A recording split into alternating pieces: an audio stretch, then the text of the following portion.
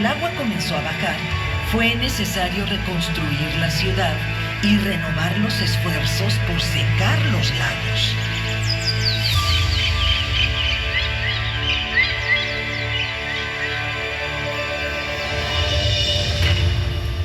Hombres necios que acusáis a la mujer sin razón, sin ver que sois la ocasión de lo mismo que culpáis. A la luz de las velas, en el convento de la Orden de San Jerónimo, una mujer llevó a su mayor esplendor las letras del barroco en la Nueva España.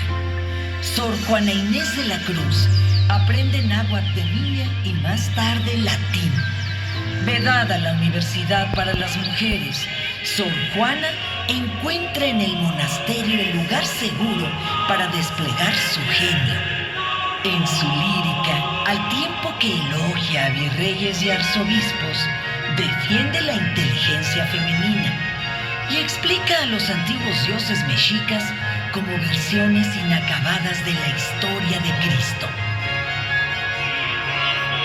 A finales del siglo XVII, una terrible epidemia en la ciudad se lleva la vida de la inmortal décima musa.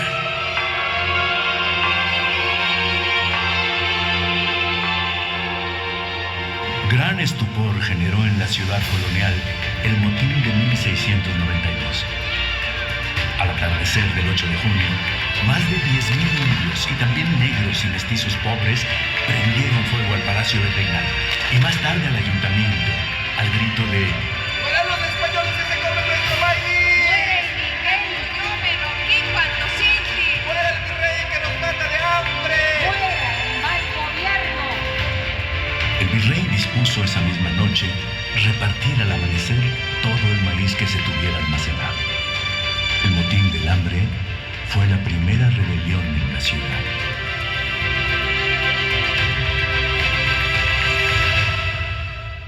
A pesar de la censura colonial, en las últimas décadas del siglo XVIII llegan de Europa los nuevos aires de la Ilustración. Se abre paso la ciencia y el pensamiento humanista. En la ciudad de 100.000 habitantes se fundan instituciones para el estudio de las ciencias, las artes y la medicina, así como nuevos escenarios para el teatro y la música. Con el apogeo de la extracción de plata y oro de América que enriquece a Europa, la ciudad se beneficia. Es la ciudad de los palacios. El nuevo virrey, segundo conde de Revillagigedo, transforma la capital, que vivía en el caos y la insalubridad. Construye acueductos y cañerías, establece el servicio de recolección de basura, anunciándose con una campana que sigue sonando hasta nuestros días. Las calles son empedradas y se les pone nombre, y las casas son numeradas.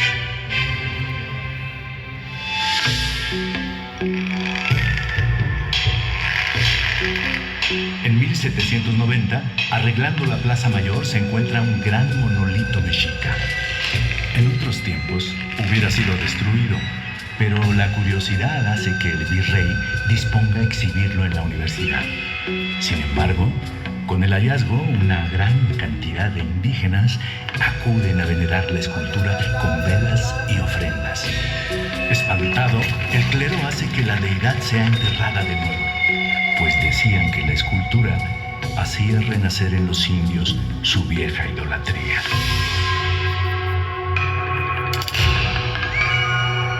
Es la diosa Coatlicue. 35 años después fue desenterrada nuevamente para ser estudiada por varias generaciones de arqueólogos y admirada con estremecimiento por el mundo. La madre de Huitzilopochtli, la diosa de la falda de serpientes, se representa cercenada de cabeza y brazos, de donde le crecen imponentes serpientes. Del pecho, de madre que ha alimentado a sus hijos, cuelga un collar de manos y corazones y tiene por pies garras de águila.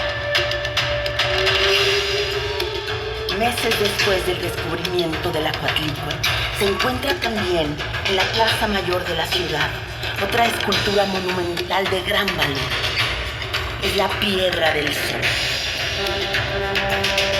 Los tenochcas la usaban en posición horizontal para ceremonias de sacrificio. Tiene en su centro al quinto sol, Tonatiuh, nombrado también Nahui Olin. A los lados tiene representaciones de los 4 soles anteriores. En un círculo completo se representan los 20 días del mes mexica, por lo que esta escultura también se le conoce como calendario azteca. Esta extraordinaria talla tiene en el último círculo 2 gigantescas serpientes.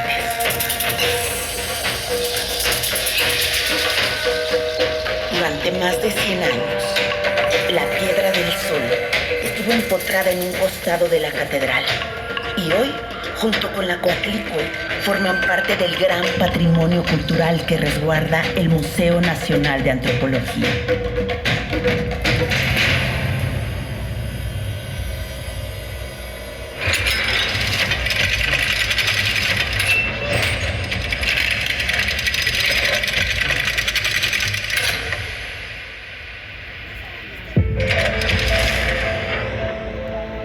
Después de tomar Celaya, Salamanca y Morelia, los alzados del Grito de Dolores, con Ignacio Allende y Miguel Hidalgo al frente, avanzan hacia la Ciudad de México y vencen a las fuerzas de la corona en el Monte de las Cruces. Los líderes de la Revolución de Independencia observan a lo lejos las luces de la Ciudad de México y dudan.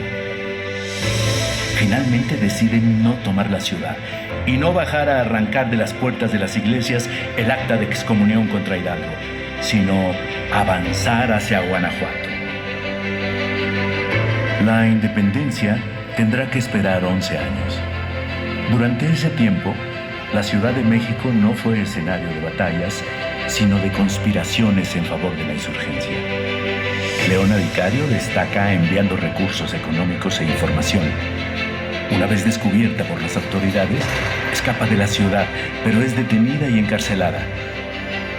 Cuando logra fugarse, mantiene comunicación con José María Morelos, rechaza el indulto que le ofrece el gobierno y publica incansablemente en periódicos insurgentes. Ya muertos Hidalgo, Allende y Morelos, las fuerzas del coronel realista Agustín de Iturbide y el insurgente Vicente Guerrero conforman el ejército trigarante, que enarbola la independencia de España, la unidad entre criollos y peninsulares y la religión católica como oficial. Conforme avanza el ejército, se adhieren contingentes realistas al movimiento.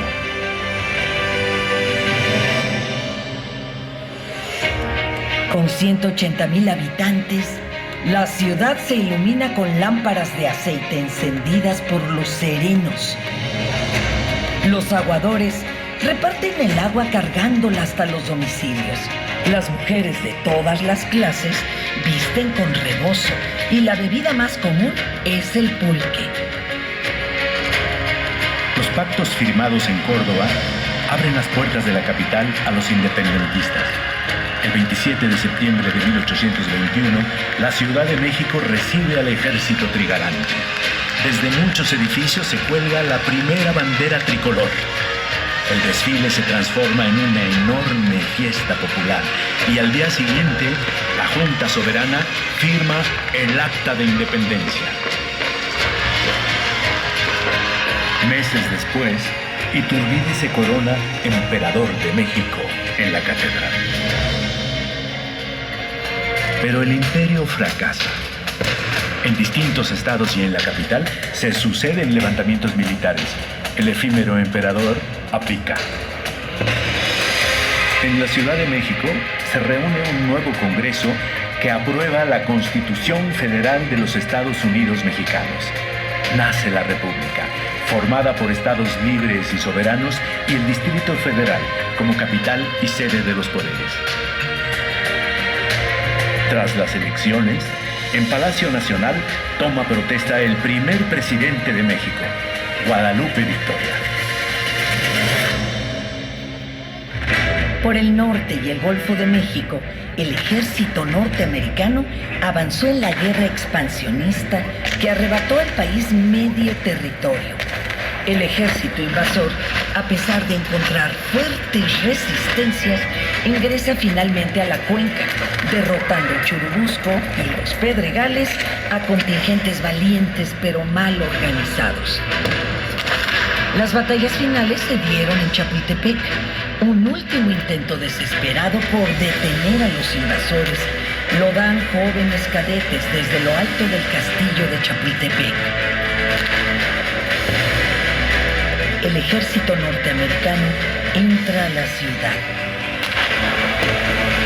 En el Zócalo se da la batalla más desigual de la historia.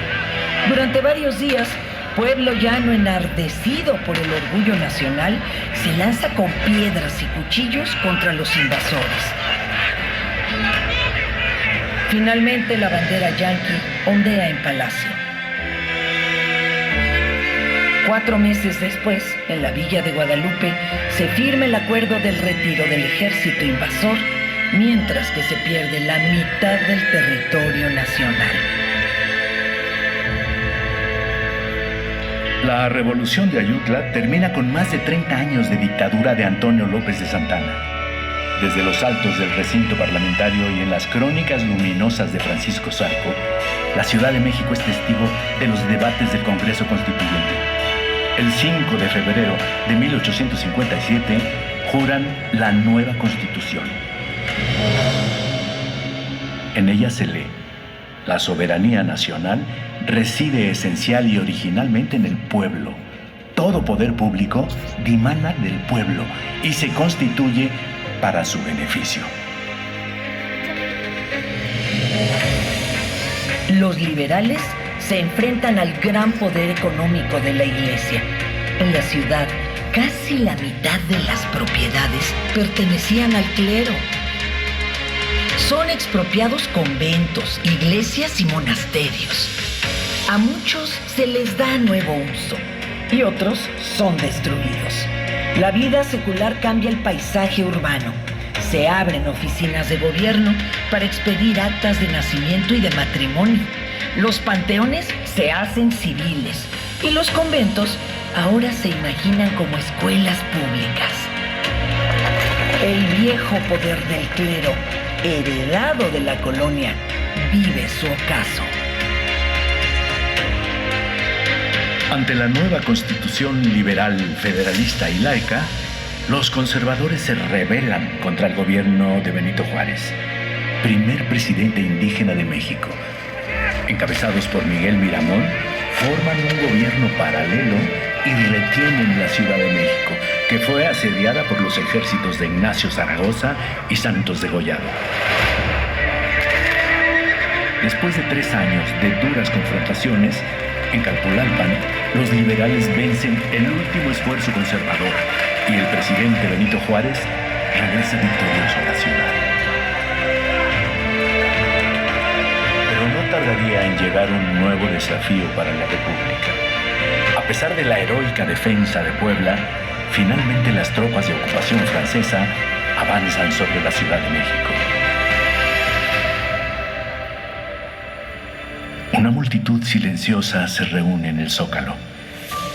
El presidente Benito Juárez espera hasta la puesta del sol, ordena arriar la bandera y grita un palco: ¡Viva México!, al que responden unas 10,000 personas. Guillermo Prieto anima un poco: tengamos fe en el porvenir, porque los pueblos son invencibles. Se suben a un carruaje llevando la República a cuestas en un largo periplo que llegó hasta el Paso del Norte. Invitado por los conservadores, Maximiliano de Habsburgo es impuesto como emperador de México. Llega a la ciudad con un manual de 600 páginas que establece las formas de las ceremonias y fiestas propias de la corona. Rechaza el Palacio Nacional por simple y herrumbroso y se instala en el castillo de Chapultepec. En los 3 años que duró en el trono, Maximiliano construyó el Paseo de la Emperatriz, después nombrado Paseo de la Reforma, para comunicar Chapultepec con la ciudad. La Chinaca, la guerra de guerrillas desatada por todo el país y el retiro de tropas francesas llevaron al triunfo de la República sobre el Imperio. El 15 de julio de 1867, Benito Juárez desfila entre vítores y flores rumbo al Zócalo. La bandera nacional volvió a izarse en Palacio Nacional.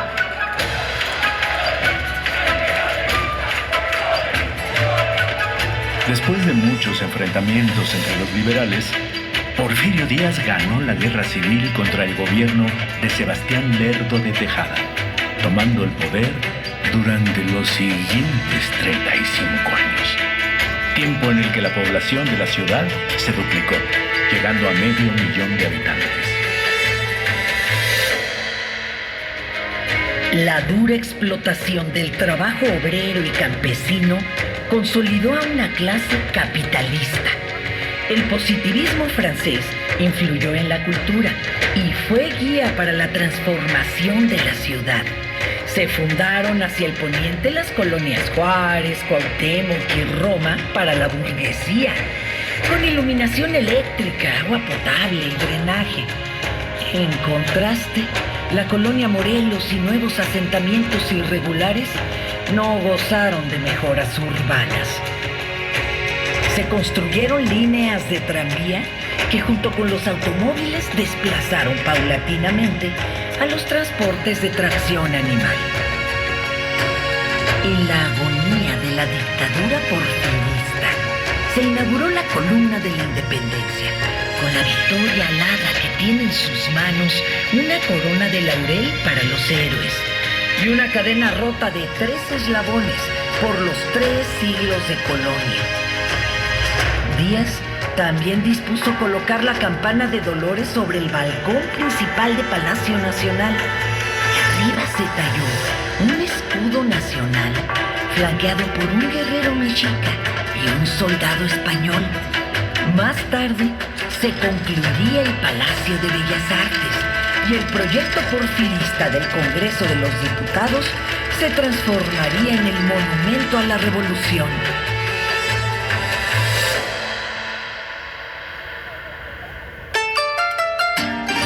La Revolución Mexicana vino del norte, pero las primeras ideas de transformación se escribieron en la Ciudad de México, en las páginas de periódicos como El Hijo del Aguizote, Las Hijas de la Náhuatl y Regeneración.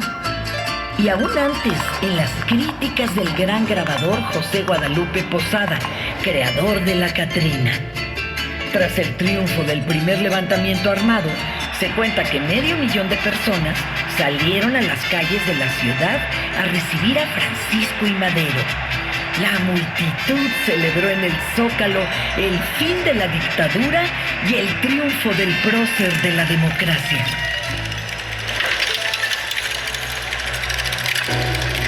Pero el voto popular y Porfirio Díaz en el exilio no fueron suficientes para acabar con el viejo régimen. Poco más de un año después, llegó la noche de los opilotes. El embajador de Estados Unidos y los generales Félix Díaz y Bernardo Reyes fraguaron la asonada. Tomaron por asalto Palacio Nacional, pero pronto fue recuperado por soldados leales. Montado en un caballo de gran alzada y rodeado de jóvenes cadetes y gente que se sumó espontáneamente a la comitiva, Madero acudió a Palacio para hacerle frente al golpe de Estado. Durante 10 días, la ciudad se paralizó. Se contabilizaron más de 5,000 muertos entre las filas maderistas. Por las noches se veían en la ciudad hogueras quemando cuerpos insepultos. Finalmente, el responsable militar de la defensa maderista, Victoriano Huerta, traiciona al presidente y el golpe se consuma. Madero y Pino Suárez son detenidos en Palacio Nacional y asesinados detrás de la penitenciaría de Lecumberri.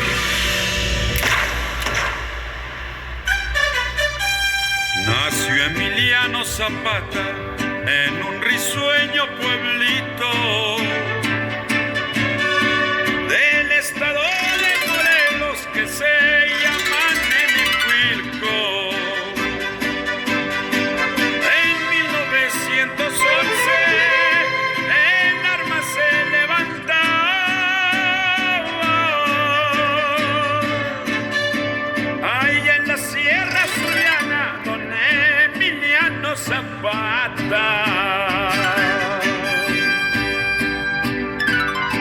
Los alzamientos contra Huerta crecieron por todo el país. La revolución vivió los meses más cruentos, hasta la derrota definitiva del viejo ejército porfirista a manos de la División del Norte. En un año, la Ciudad de México vive la entrada y salida de 7 ejércitos. A finales de 1914, la ciudad espera temerosa la llegada de los ejércitos de Pancho Villa y Emiliano Zapata. Es el México profundo que, con los anhelos de tierra y libertad, impulsó a sus propios dirigentes. Unos días antes, Villa y Zapata se encuentran en Xochimilco, donde se reconocen y hermanan. Los trenes de la División del Norte llegan a Tacuba y el Ejército Libertador del Sur entra a caballo para encontrarse en el Paseo de la Reforma. Entran al Zócalo por la calle Francisco y Madero, bautizada así pocos días después por el propio Pancho Villa, a iniciativa de la presidenta del Club Maderista Lealtad, María Arias Bernal. No son los bárbaros que alertan los periódicos, son hombres y mujeres del campo que toman la ciudad en orden. Acompañan al presidente interino, Eulalio Gutiérrez, para instalar el gobierno de la Convención de Aguascalientes. Durante más de 8 horas, 30,000 hombres desfilan rumbo al Zócalo. Villa y Zapata saludan desde el balcón principal de Palacio Nacional a una multitud que los ovaciona. En un salón de palacio se toman una fotografía para la historia.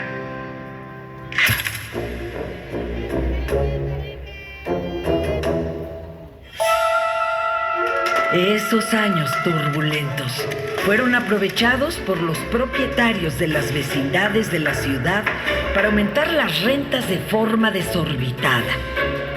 En 1922, un grupo de jóvenes comunistas promueve la organización de un sindicato de inquilinos.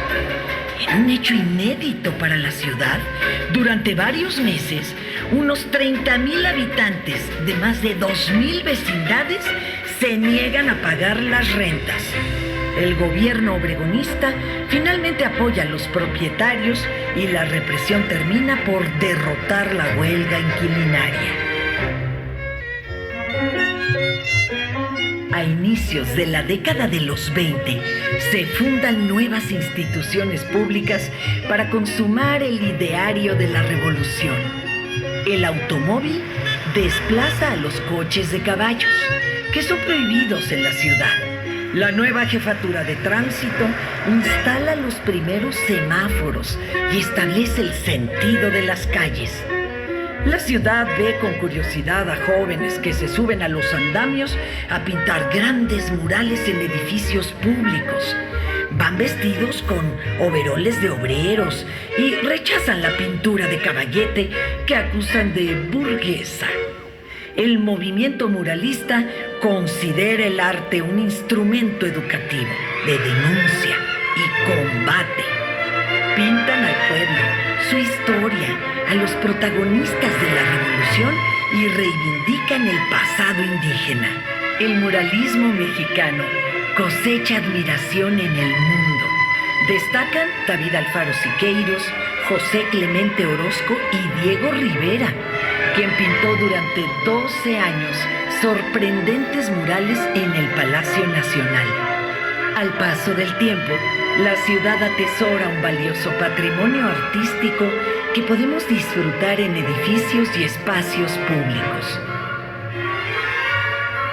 Al igual que en la pintura, en la ciudad surgen expresiones nacionalistas en la música, la danza y la literatura. Entre otros, Carlos Chávez y Silvestre Revueltas componen inspirados en la música popular mexicana, mientras Nelly Campobello brilla con su literatura y renueva la danza, investigando los ritmos de los pueblos indígenas.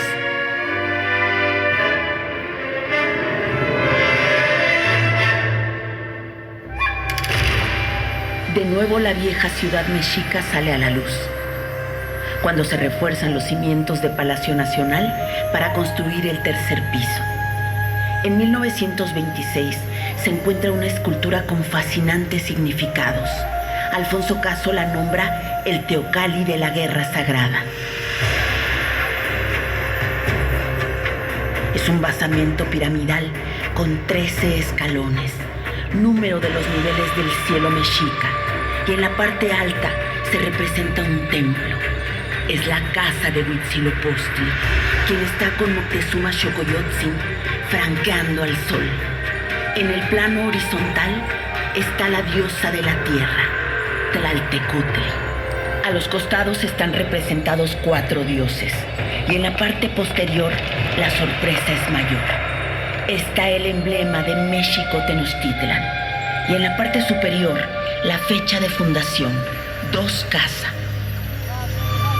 Con sus garras, el águila se sostiene de unas tunas en forma de corazones humanos, pero en lugar de la serpiente, el águila lleva en su pico el símbolo Atl-Tlachinoli, emblema de la guerra.